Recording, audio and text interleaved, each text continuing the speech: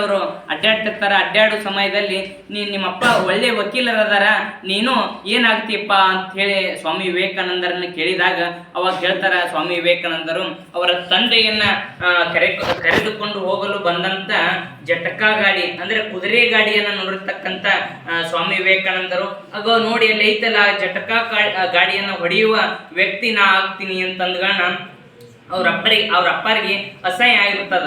ಅಸಹ್ಯ ಆದ ಕಾರಣ ಅಲ್ಲೇ ಇದ್ದಂತ ಸ್ವಾಮಿ ವಿವೇಕಾನಂದರ ತಂದೆಯವರು ಪಡಾರನೆ ಅವರ ಕಪಾಳಿಗೆ ಹೊಡಿತಾರ. ಅವಾಗ ಜೋರಾಗಿ ಅಳ್ಳಾಕ ಚಲೋ ಮಾಡ್ತಾರ ಸ್ವಾಮಿ ವಿವೇಕಾನಂದರು. ಅದನ್ನ ಅಳುದ ಶಬ್ದವನ್ನ ಕೇಳಿ ಭುವನೇಶ್ವರಿ ಅವರು ಬಂದ ಕೇಸಿಂದ ಯಾಕೆ ನನ್ನ ಮಗನಿಗೆ ಹೊಡೆದ್ರಿ ನೀವು ಅಂತ ಹೇಳಿ ಅಂದ್ಗಳನ್ನ ಬರೀ ಕೇಸಿಂದ ಮನೆಯಲ್ಲಿ ಕರ್ಕೊಂಡು ಹೋಗಿ ಕೇಸಿಂದ ತೋರಿಸ್ತಾರ. ಶ್ರೀಕೃಷ್ಣ ಪರಮಾತ್ಮ ಅರ್ಜುನನ ಸಾರಥಿಯಾಗಿ ಕುಂತಿರ್ತಾನ. ಈಗ ನೋಡಿ ಇಡೀ ಜಗತ್ತಿಗೆ ಗೊತ್ತಾದ ಶ್ರೀಕೃಷ್ಣ ಪರಮಾತ್ಮನೇ ಅರ್ಜುನ ಸಾರಥಿ ಆದಾಗ ನನ್ನ ಮಗನು ಮುಂದೊಂದು ದಿನ ಈ ದೇಶವನ್ನ ಕಂಡ ಅಪ್ರತಿಮ ನಾಯಕ ಆಗ್ತಾನ ಅಂತ ಹೇಳಿಕೆಸಿಂದ ಭುವನೇಶ್ವರಿ ದೇವಿಯವರು ವಿಶ್ವನಾಥ ಅವರ ತಂದೆಯವರಿಗೆ ಹೇಳ್ತಾರ. ಹಾಗೆ ಸ್ವಾಮಿ ವಿವೇಕಾನಂದರ ಬಗ್ಗೆ ಹೇಳ್ಬೇಕಪ್ಪ ಅಂದ್ರ 16 ವರ್ಷದ ಬಾಲಕ ಸೈನ್ಯಕ್ಕೆ ಸೇರ್ಕೊತಾನ. ಸೈನ್ಯಕ್ಕೆ ಸೇರ್ಕೊಂಡು ಕೆಲವೇ ದಿನಗಳಲ್ಲಿ ಅಥವಾ ಕೆಲವೇ ವರ್ಷಗಳಲ್ಲಿ ರಜೆ ಸಿಕ್ತಂತ ಹೇಳಿ ಊರಿಗೆ ಬರ್ತಾನ.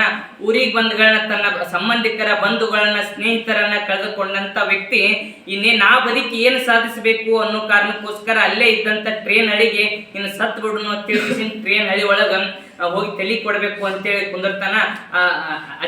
ಚಾತುರ್ಯ ಏನೋ 3 ಗಂಟೆ ಟ್ರೇನ್ ಲೇಟ್ ಆಗಿ ಬಂದ್ಬಿಡ್ತದ.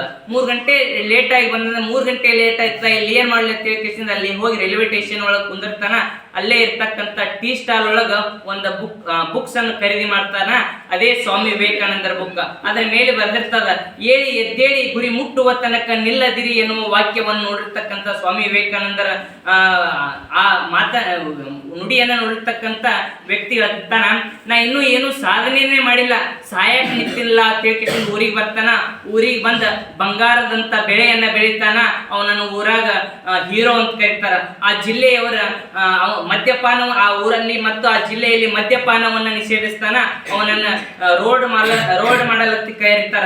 ದೇಶ ಅವನನ್ನ ಅಣ್ಣ ಹಜಾರಿ ಅಂತ ಕರಿತಿದ್ದ. ನೋಡ್ರಿ ಸ್ವಾಮಿ ವಿವೇಕಾನಂದರ ವ್ಯಕ್ತಿತ್ವ ಎಂತದಪ್ಪ ಅಂದ್ರೆ ಅವ್ರ ಪುಸ್ತಕವನ್ನು ಓದಿ 70 ವರ್ಷದ ವ್ಯಕ್ತಿ ಸತಕ 20 ವರ್ಷದ ಯುವಕನಂತೆ ಕೆಲಸವನ್ನ ಮಾಡ್ತಾನ.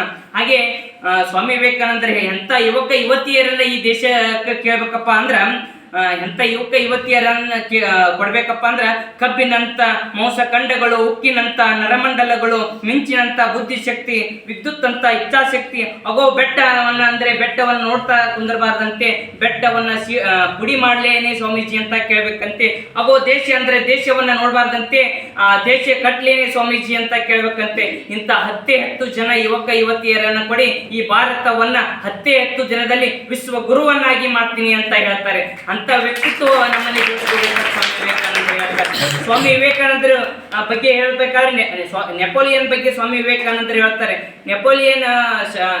ನೆಪೋಲಿಯನ್ ಹೇಳ್ತಾನೆ, ಫ್ರೆಂಚರು ನಾವು ಬರೀ 1 ಲಕ್ಷ ಜನ ಸೈನಿಕರನ್ನು ಇಟ್ಕೊಂಡೇವೆ, ಆದ್ರೆ ಇಂಗ್ಲಿಷರು 2 ಲಕ್ಷ ಜನ ಸೈನಿಕರನ್ನು ಇಟ್ಕೊಂಡೇವೆ. ನಾವು ಏನೇ ಕಾರಣಕ್ಕೂ ಇಂಗ್ಲೆಂಡಿಗರನ್ನು ಸೋಲಿಸಿ ಬರಬೇಕು ಅಂತ ಹೇಳ್ತಾರೆ. ಅಲ್ಲಿ ಇದ್ದಂತ ಒಬ್ಬ ಸೈನ್ಯಾಧಿಕಾರಿ ಹೇಳ್ತಾನೆ, ನಾವು ಅವರ ಮೇಲೆ ಯುದ್ಧವನ್ನು ಮಾಡಿದ್ರೆ ನಾವು ಯಾವುದೇ ಕಾರಣಕ್ಕೂ ಗೆಲ್ಲಲ್ಲ. ಯಾಕಂದ್ರೆ ನಮ್ಮಲ್ಲಿರುವುದು 1 ಲಕ್ಷ ಸೈನಿಕರು, ಅವರು 2 ಲಕ್ಷ ಸೈನಿಕರು. ನಾವೇನಾರು ಅವ್ರ ಮೇಲೆ ಯುದ್ಧಕ್ಕೆ ಹೋದೇವಂದ್ರೆ ನಾವು ಸೋತು ಮರಳಿ ಹೊಳೆ ಬರ್ತೇವೆ. ಆದ ಕಾರಣ ಈ ಯುದ್ಧ ಮಾಡೋದು ಬೇಡ ಅಂತೇಳಿ ಆ ಸೈನ್ಯದ ಅಧಿಕಾರಿ ಹೇಳ್ತಾನೆ.